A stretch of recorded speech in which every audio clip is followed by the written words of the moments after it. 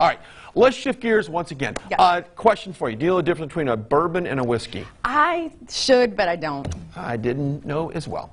But our friends over at Balcones, well, they know. Yep. Check this out. If I was asking you this question, what is the difference between a bourbon and a whiskey? Do you know?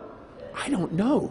But this guy does right here. This is Tommy, distillery manager here at Balcones, right here in Waco.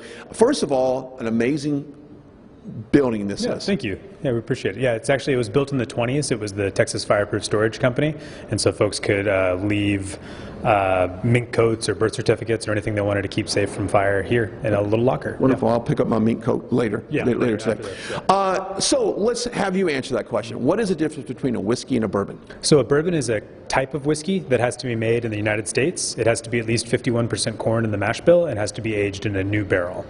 So a barrel can't have previously held any other kind of whiskey. It has that's pretty simple. Yeah, yeah. Mm-hmm. Okay, so we have a flight here, I guess 3 flights. Let's walk me through this real quickly.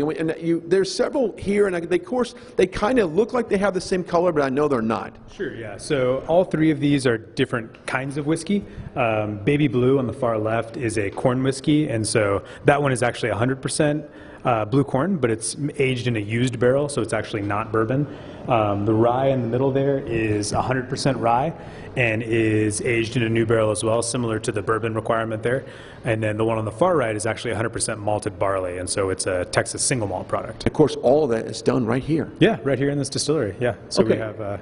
we have 4 different copper pot stills that we distill everything in, and they're just on the other side of that wall. Yeah, let's go check. We got an example over here. Let's make our way over through here. And it's amazing that when you're here in this facility, it smells like you do something here like that. What is the smell I'm having right now? So actually, right on the other side of those doors is our bottling hall, and they're bottling some of our single malt. So because it's open to the air a little bit, you're probably smelling the Texas single malt being bottled. Yeah. And that's something you can do here. You can come tour the facility. Exactly, yeah. We have about, probably Casey would know better, but maybe 9 to 10 tours a week, ranging from Tuesday through Sunday. Okay, what is that?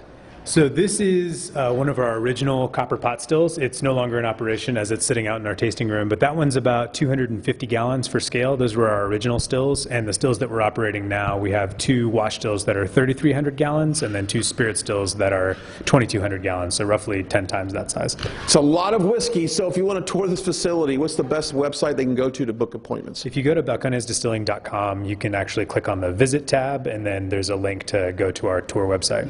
Is there an ideal time to sip your whiskey?